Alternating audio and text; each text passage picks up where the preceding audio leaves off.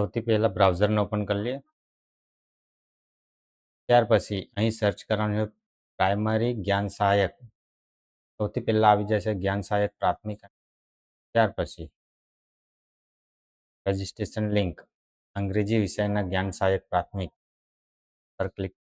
ત્યાર પછી રજિસ્ટ્રેશન કરવાનું રહેશે.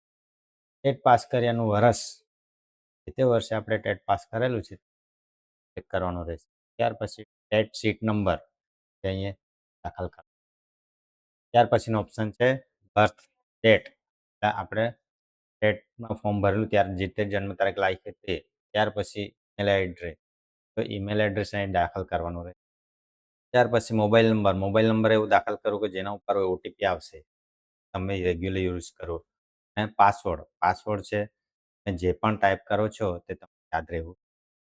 અને કન્ફર્મ પાસવર્ડ તેમ જ પાસવર્ડ ટાઈપ કરવાનો છે. ત્યાર પછી કેપ્ચર દાખલ કરીને ઓટીપી લઈને રજિસ્ટ્રેશન કરીને તમારા મોબાઈલ નંબર પર પ્રાપ્ત થયેલો ઓટીપી દાખલ કરો. એના પર ક્લિક ઓકે કરીને ઓટીપી દાખલ કરવાનો રહેશે. ઓટીપી દાખલ કર્યા પછી સબમિટ. તમારું કન્ફર્મ નંબર સફળતાપૂર્વક ચકાસ. ત્યાર પછી સીટ નંબર અહીં દાખલ કરવો. ટેટનો સીટ નંબર અહીં દાખલ કરવું.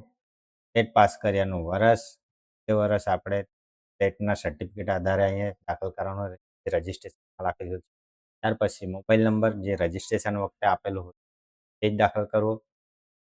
ત્યાર પછી પાસવર્ડ જે આપણે રજિસ્ટ્રેશનમાં પાસવર્ડ બનાવવામાં આવેલો હતો કેપ્ચર દાખલ કરીને લોગિન કરવાનું રહેશે. લોગિન પર ક્લિક કરી આ પ્રકારનું સ્ક્રીન જોવા મળશે, જેમાં એપ્લિકેશન ફોર્મ છે, અપલોડ ડોક્યુમેન્ટ ફોર્મ અને પ્રિન્ટ એપ્લિકેશન. સૌથી પહેલાં આપણે એપ્લિકેશન ફોર્મમાં જવું. આપણું બેઝિક ડિટેલ ઓપન થઈ જાય છે. સર્ચ પછી પૂરું નામ એટલે જે કંઈ બેઝિક ડિટેલ આવે છે તે નામ પરથી વેરીફાઈ કરીને અગાડીને સ્ટેપ પર જવાનું રહેશે. જાતિ જે તે આપણને જાતિ લાગુ પડે છે તે સિલેક્ટ કરવાનું રહેશે. અને મોબાઈલ નંબર વેરીફાઈ કરી જે તે ટાઈમે રજિસ્ટ્રેશન કરેલું તે આવી જાય છે. ત્યાર પછી પત્ર વ્યવહારનું સરનામું જે આધાર કાર્ડ પ્રમાણે અહીંયા આપણને દાખલ કરવાનું રહેશે. ત્યાર પછીનો ઓપ્શન છે રાજ્ય કેન્દ્ર શાસિત પ્રદેશ, જે રાજ્ય લાગુ પડે છે તે અહીં દાખલ કરવાનું રહેશે. ત્યાર પછી જિલ્લો, આપણને જે તે જિલ્લો લાગુ પડે છે તે અહીંયા ટાઈપ કરવાનો રહેશે. પછીનો ઓપ્શન છે તાલુકો, તો જે તાલુકો લાગુ પડે છે એ તાલુકો અને પિનકોડ નંબર દાખલ કરવાનો રહેશે.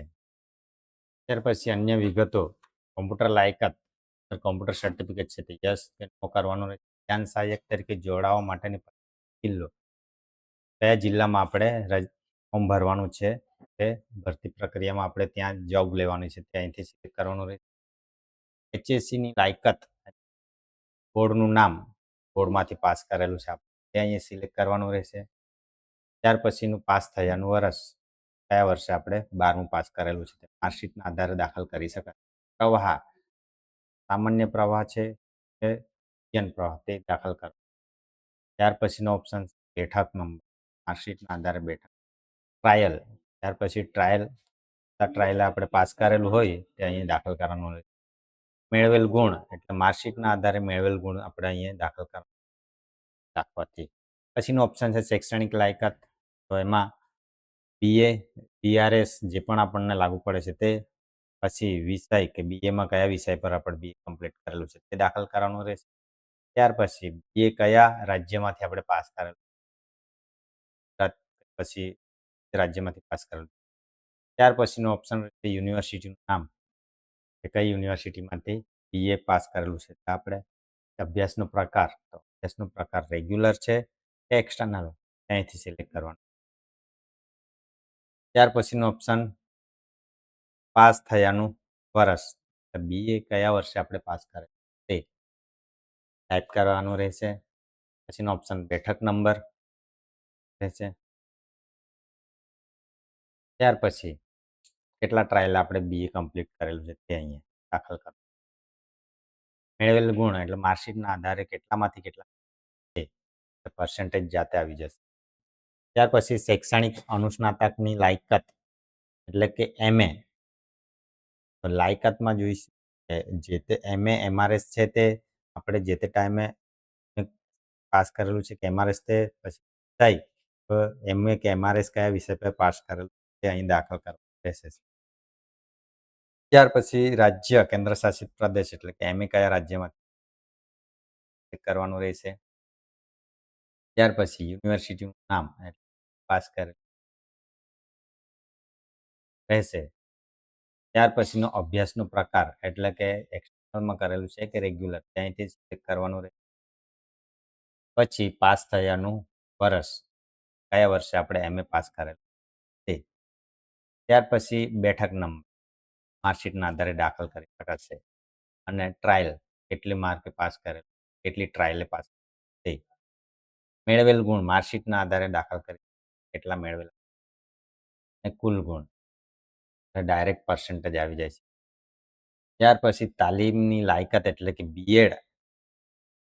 તો એમાં BEd PTC BPEd જે પણ લાગુ પડે છે તે લેવાનું રહેશે. ત્યાર પછી યુનિવર્સિટીનું નામ BEd પાસ કરેલ યુનિવર્સિટીનું નામ ત્યાર પછી કોલેજનું નામ દાખલ કરવાનું રહેશે. પાસ થયાનું વર્ષ BEd માર્કશીટના આધારે દાખલ કરી શકશો.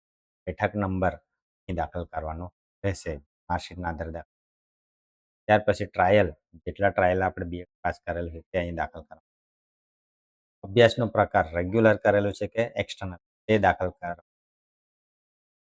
શું કોલેજ NCERT માન્યતા ધરાવે છે તો યસ. અગર નો કરશો તો પ્રમાણપત્ર માન્ય રહે.